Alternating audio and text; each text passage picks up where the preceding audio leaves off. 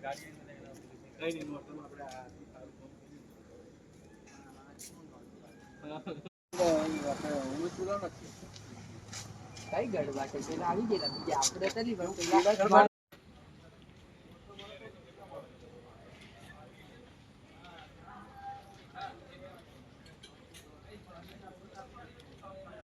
શ્રી રામ।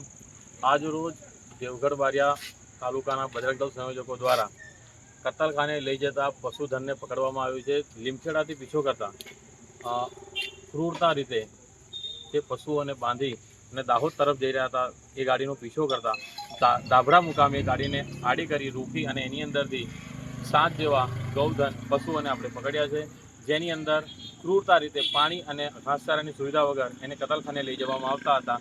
તેને અમે Limkheda police station પાસે લાવી અને પોલીસને સુપરત કર્યા છે।